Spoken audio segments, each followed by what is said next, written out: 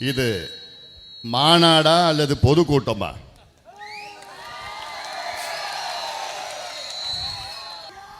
இந்த நிகழ்ச்சி குடந்தை மாவட்டத்தில் நடைபெற்று கொண்டிருக்கிறது. என்ன மாவட்டம்?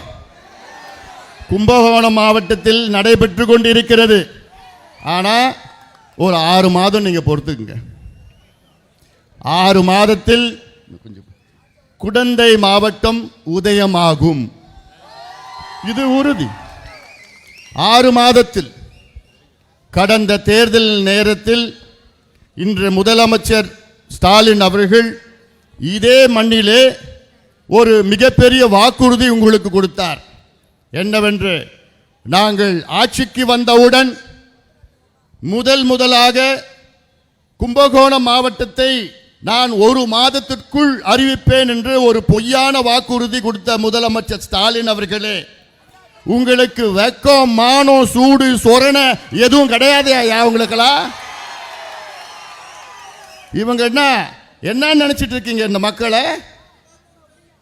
இவங்க என்ன தமிழ்நாட்டு மக்கள், இங்க இந்த பகுதியில் வாழ்கின்ற மக்கள் என்ன முட்டாள்களா? 4.5 ஆண்டுகள் ஆகிறது. 4.5 ஆண்டு காலம் அதற்கு ஒரு சின்ன முயற்சி கூட எடுக்கவில்லை. இதற்கு எத்தனையோ போராட்டங்கள் நாங்கள் செய்தோம், ஆர்ப்பாட்டங்கள், அழுத்தங்கள். இன்னொருத்தர் தான் இந்த மேடையில் இல்லை, வந்துருவார் கொஞ்ச நேரம். மாக்கா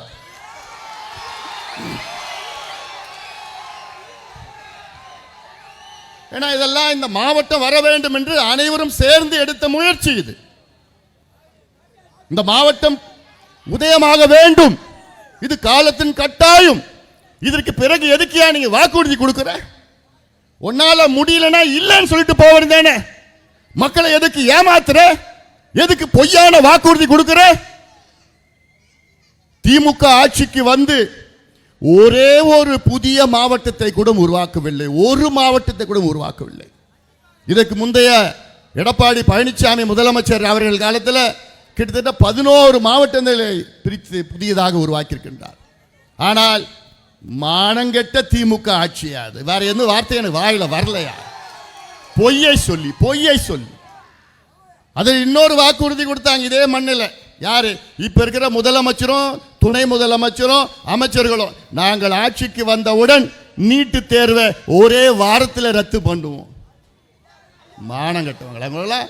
மானம் ஈனம் ஏதாவது இருக்கா?